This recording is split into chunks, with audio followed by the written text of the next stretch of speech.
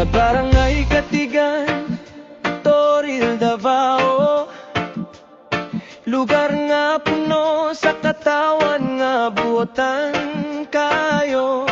Bisan kinsa nga moabot atong gawaton, pinaagi sa pahiyom ug maayong pagtagad na to. Kung adunay problema, magtinabangay sa kalisod ug kalipay, walay mo biya.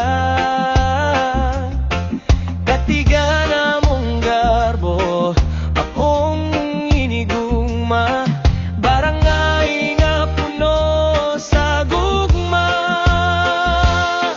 Katigan, Katigan, barangay nga mabait, mga tao nimo buhatan ug matinod anon kaayo. Toril among lugar, Katigan among garbo, magkahiusa ta bisan unsa pang problema na to.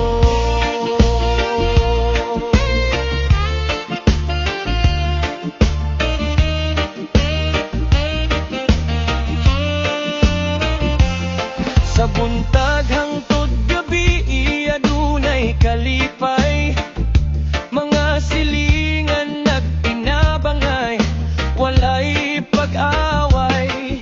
Kung adunay bisita, abi natog pamilya, maunang Katigan lahig yud ang pagkatawo nila.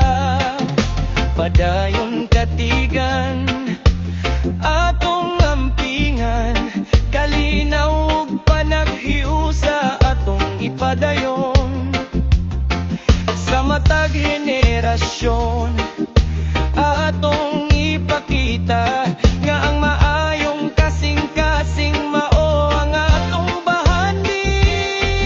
Katigan, Katigan, barangay nga mabait, mga tao nimo buotan ug matinabangon kaayo.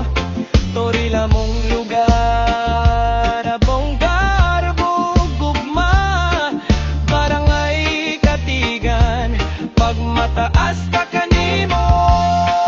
Katigan, Katigan, barangay nga mabait, mga tao nimo buotan ug matinod anon kaayo. Toril among lugar, among garbo gugma, barangay Katigan,